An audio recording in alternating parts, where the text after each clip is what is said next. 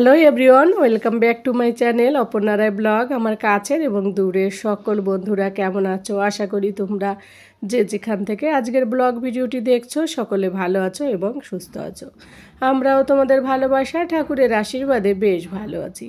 আজ বিকেল থেকে ব্লগটা স্টার্ট করলাম, যেহেতু তোমাদের দাদাভাইয়ের অফিসের স্টাফের ওয়াইফরা এসেছিলো, তো ওদের সঙ্গে একটু গল্প আড্ডা হচ্ছিল। আর কদিন আগে যার অ্যানিভার্সারিতে গিয়েছিলাম তার দুটো মেয়েকে নিয়ে সে এলো। আর এই যে কিরণকে তো তোমরা কম বেশি সকলেই জানো, ও প্রায় সপ্তাহে কোনো না কোনো একটা ভিডিওতে থাকে, যেহেতু আমরা প্রত্যেক সপ্তাহে দেখা করি, 2বার কি 1বার করে।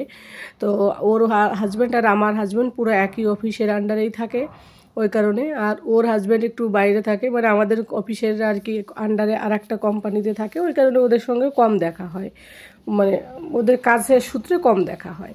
তো যাই হোক, তারপর ছাদে এলাম। এই যে ছাদে এসে তো তোমরা তো জানো, ছাদে এলেই আমি তোমাদের সঙ্গে কিছু না কিছু শেয়ার করি। এই যে ভাবি রসুন গাছগুলো লাগিয়েছে, আমিও ভেবেছি লাগাবো। দেখো কত সুন্দর হয়েছে, পাতা বেরিয়েছে রসুনের।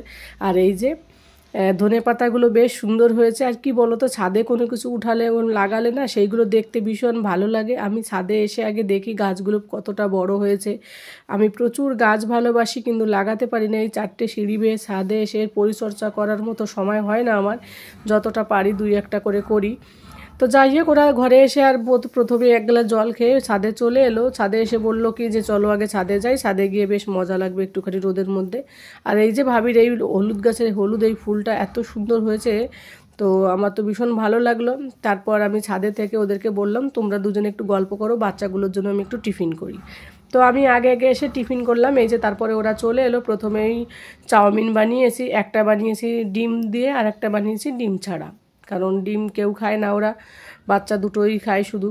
তারপরে ওইটা চাউমিনটা খাচ্ছে, আর ততক্ষণে আমার জন্য একটু রেখে দিয়েছি। তারপরে আবার ওদের জন্য পাস্তা করছি, কারণ চাউমিনের পরিমাণটা একটু কম ছিল ঘরে। আমি ভেবেছি অনেকটা চাউমিন আছে, বানাতে গিয়ে দেখি অল্প আছে। তোমাদের দাদাভাই বলছিল যদি না থাকে বলো সকালে, কিন্তু আমি জানি অনেক আছে। এবার এসে দেখি একটু কম আছে, তো সবার হয়েছিল, তবে একটু বেশি করে, যেহেতু অনেক দিন পর এলো ওই অ্যাপির মা ওরা, তো একটুখানি কেমন নিজেরই লাগে, তার জন্য বললাম ঠিক আছে পাস্তা আছে যখন ঘরে পাস্তাও বানিয়ে দিই, তো দুটো আইটেমও হবে, ওদের খেতেও ভালো লাগবে। তারপরে এই দেখো পাস্তা কড়াই নিয়ে, পুরো প্যান কড়াই নিয়ে চলে এসেছি। এসে সবাইকে ওই যে চাউমিন খাচ্ছিলো সেই প্লেটে করে সবাইকে আবার একটু একটু করে দিলাম। তো বাচ্চাগুলো খুব এনজয় করে খেলো, বাচ্চার মায়েরা সবাই মিলে আমরা। তারপরে এইগুলো খাওয়ার পরে তারপরে বললো গ্রিন টি খাবো, কারণ এগুলো খাওয়ার পরে দেখবে দুধ চা খেতে একদমই ভালো লাগে না। তো এলাচ দিয়ে তেজপাতা দিয়ে একটু গ্রিন টি বানালাম। তো কিরণ আমার হাতের গ্রিন টি খেতেও খুব ভালোবাসে। আর এই দিকে দেখো বাচ্চাগুলো ছড়িয়ে ছিটিয়ে সব কী করছে, ওরাও খুব এনজয় করছে, আমরাও এনজয় করছি। আর এই যে কিরণ, ক্যাশু, সবাই মিলে সব বাচ্চাগুলো নিয়ে, মানে ওদের 3টে আর আমার একটা, 4টে বাচ্চা টোটাল আমরা, আর 3টে হচ্ছে বড়। তো সবাই মিলে বেশ মজা হচ্ছিল। তারপর চা খাওয়ার পরে একটু বোরিং লাগছিল, তখন কিছুক্ষণ পরে বললাম, বাচ্চাগুলো একটু ড্রয়িংও করছিল, তো আমাদের একটু বোরিং টাইপের লাগছিল। তখন আমরা চিন্তা করলাম তাহলে একটু ডান্স করা হোক। আর এত সুন্দর ডান্স করে এই যে অ্যাপির মা, খুব সুন্দর নাচ করছিল। তো ওইগুলো একটু ভিডিও করলাম তোমাদের। গান তো দেওয়া যাবে না, তোমরা তো সকলেই জানো যে একটু কম কপিরাইটের সম্ভাবনা থাকে, আর তার জন্য গানটা দিতে পারলাম না। যে চিটিয়া কালায় ডান্স করেছিল, চিমকি চামেলি ডান্স করেছিল, পরম সুন্দরী ডান্স করেছিল সমস্ত হিন্দি গানগুলোতে। আর ওর খুব সুন্দর ডান্স করতে পারে, আমি আর ডান্স করতে পারি না। আমি ওরা ডান্স করছিল তার মাঝখানে গিয়ে একটু কমেডি করছিলাম। তো কিরণকে বলছিলাম তুমিও ডান্স করো, কিরণ তো কিছুতেই করতে চাইলো না। তারপরে সকলে মিলে ওকে টেনে হিঁচড়ে নিয়ে ওকেও ডান্স করানো হলো, আর ওদের মাঝখানে গিয়ে আমি একটু মস্তি করছিলাম। তো চলো তাহলে ডান্সটা সম্পূর্ণ তোমাদের, যে পরম সুন্দরীর এইটা গান ডান্স করছিলো, তো তোমাদের একটু দেখাচ্ছি, একটু সঙ্গে থাকো, পাশে থাকো আর দেখতে থাকো। আশা করি তোমাদের আজকের ব্লগটা খুব ভালো লাগবে।